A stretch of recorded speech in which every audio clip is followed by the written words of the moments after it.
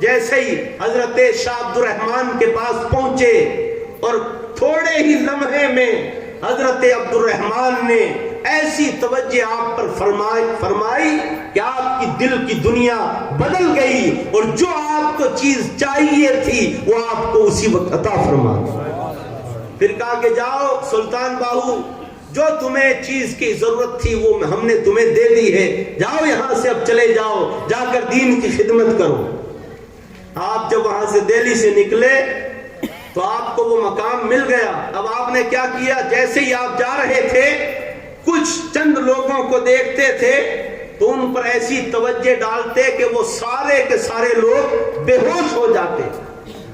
پھر آپ آگے بڑھے، آپ بازار سے ہو کر گزرے، آپ جس طرف نگاہ ڈالتے ہیں لوگ بے ہوش ہوتے جا رہے ہیں، جس طرف نگاہ ڈالتے ہیں لوگ بے ہوش ہوتے جا رہے ہیں۔ کتابوں میں لکھا ہے کہ حضرت سلطان باہو پھر جامع مسجد میں پہنچے، جمعہ کا دن تھا اور امام منبر پر چڑھنے ہی والا تھا۔ اسی وقت سلطان باہو نے ان ساری جماعت پر نگاہ توجہ ڈالی، جیسے ہی توجہ ڈالنی تھی سارے کے سارے لوگ وہیں پر سو گئے، بے ہوش ہو گئے۔ لوگوں نے کہا کہ یہ کون آیا ہے، یہ کون جوان ہے؟ شاہ عبد الرحمن کے پاس بات پہنچی۔ شاہ عبد الرحمن نے کہا کہ پکڑ کر لاؤ اسے۔ آپ کو واپس پکڑ کر لایا گیا۔ شاہ عبد الرحمن نے کہا کہ سلطان باہو یہ کیا کر رہے ہو؟ اتنا سودا سستا نہیں ہوا جو تم مفت میں بانٹے جا رہے ہو۔ آپ نے کہا کہ حضور جب مائی مٹکی لینے کے لیے جاتی ہے تو اسے بجا کر دیکھتی ہے، سودا تو لیا ہے، بڑا مہنگا لیا ہے، یہ کچا ہے کہ پکا ہے؟